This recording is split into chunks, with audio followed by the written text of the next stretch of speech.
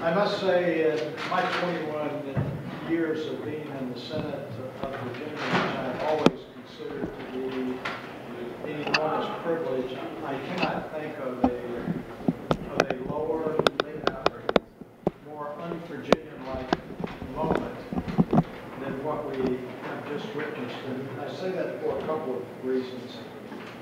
Historically, through the 2012 session, you know that this whole business about tolls earnestly started when we were working on a budget, and Senator Louise Lucas wanted $2 million to subsidize students coming to Norfolk State, Old Dominion, and Tidewater Community College from Portsmouth to Norfolk, and she was concerned that it was going to chill the educational opportunities.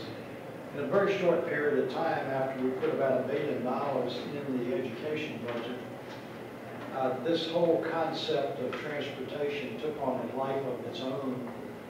And on the 57th day of a 60-day session, when my Democratic friends asked for $166 million, trying to justify why they had been talking since a week after election in November that they were going to vote against the budget, they asked for this extraordinary amount of money in transportation. A couple of interesting things. This issue did not come up last year. This issue did not come up on the last couple of years. Governor Kane, who made the deal in Hampton Roads, that was Governor Kane's initiative. There was no screaming of financial foul at that point by the Democratic senators saying, hey, we need to put money in the budget when Governor Kane did that.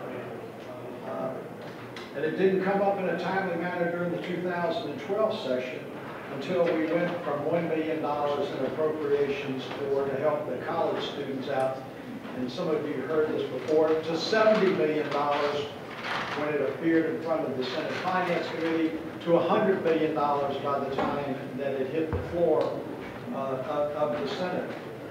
You talk about something that has morphed. I find it absolutely remarkable that the criticism the governor is taking, particularly on the Hampton Roads project, talking about that first, is because they sold the bonds 10 days ago and the interest rates are down, there's a realization of about $82 to $85 million in interest savings that was contemplated by that. What did the governor immediately do? It was a Hampton Roads project. The bonds were sold for Hampton Roads. He said, I'm putting all of that money on Hampton Roads for toll abatements, and I will continue to work.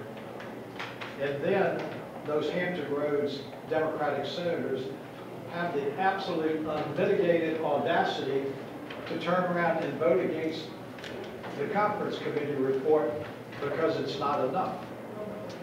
And then you move up into Northern Virginia, and they complain once again about a deal that was made years ago that never contemplated significant state dollars in it, that it contemplated, as I recall, about $900 million in federal dollars with the localities kicking in.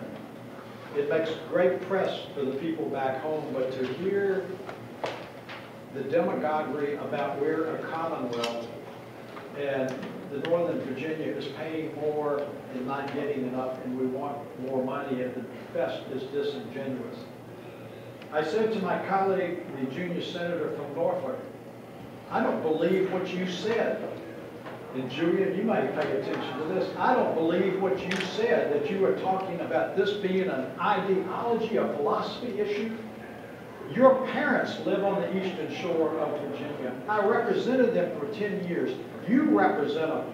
Northampton County is the poorest county in Virginia, and there's not one mention of the $20 they pay a day in tolls. Not one mention of it. He didn't put one amendment in to try to help the people he represented. But by God, he wanted that $1.5 million restored to EVMS, and he would vote for the budget. EVMS got $1.5 million restored, and he has the timidity to stand up and say he's going to vote against it. This is nothing more than brinksmanship and power politics and they are trying to embarrass and bring down Governor McDonald. And what triggered all of this, today I was told, we don't know what we're going to do until 3 o'clock because we're talking to the governor. And whether you are a fan of Governor McDonald or not, one thing he is he tells it like it is, and he told the 3 Democrats, there is no more cash. And I heard you on WRBA today said, hey, a week has passed and you found $100 million. Maybe if another week goes by, you find another $100 million. There is no more cash. They wanted him to articulate specific conditions and principles that he would follow in the form of a letter to assure additional finances for Hampton roads in Northern Virginia. The governor said, I cannot do it. The money is not there.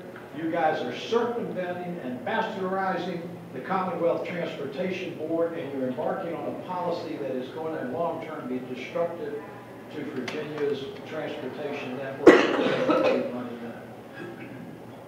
And I've got to say, I remember very clearly, I don't want to speak ill of a colleague, but you've got to call the shots the way you see them.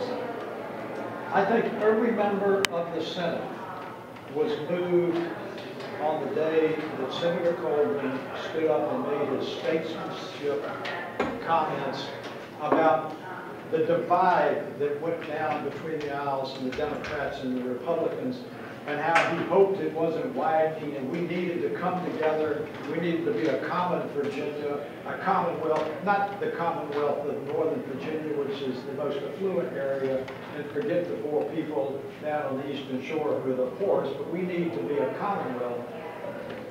And I think we were all moved, and I don't really recall, other than a senator retiring, that there has ever been an instance where the entire Senate rose from their seats and applauded a senator for comments like that. But we all did it. We all did it.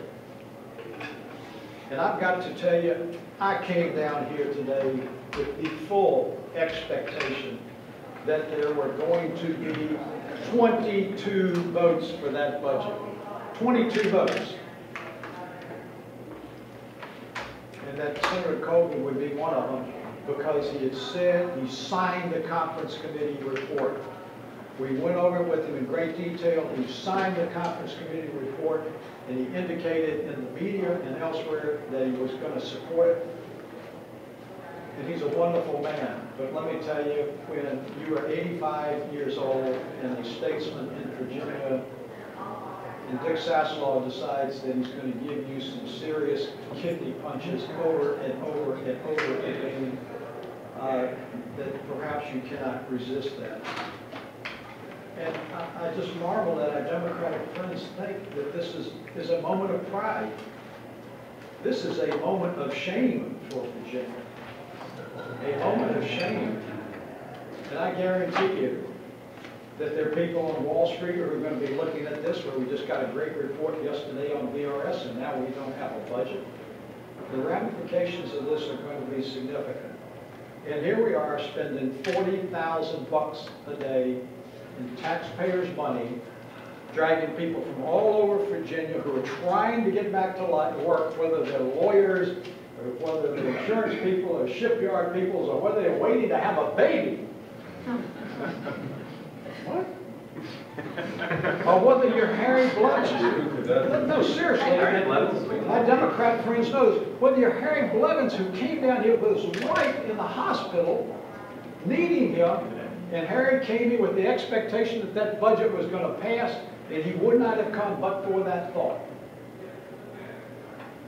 An absolute moment of shame. And I will say before I shut up, if there is anyone that I truly feel bad about, it's Senator Walter Stosh.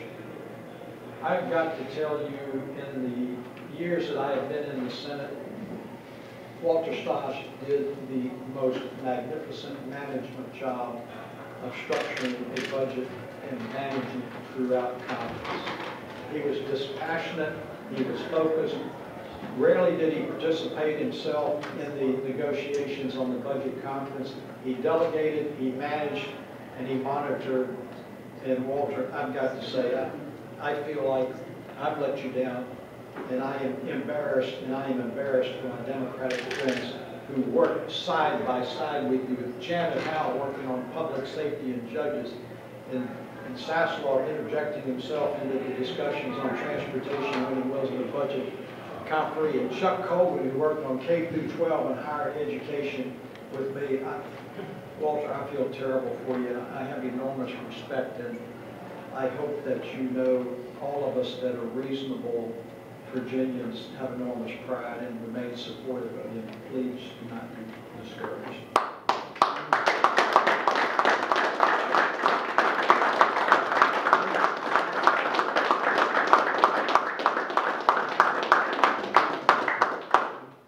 You know, the crazy thing, I'm looking at the House, 77 to 19.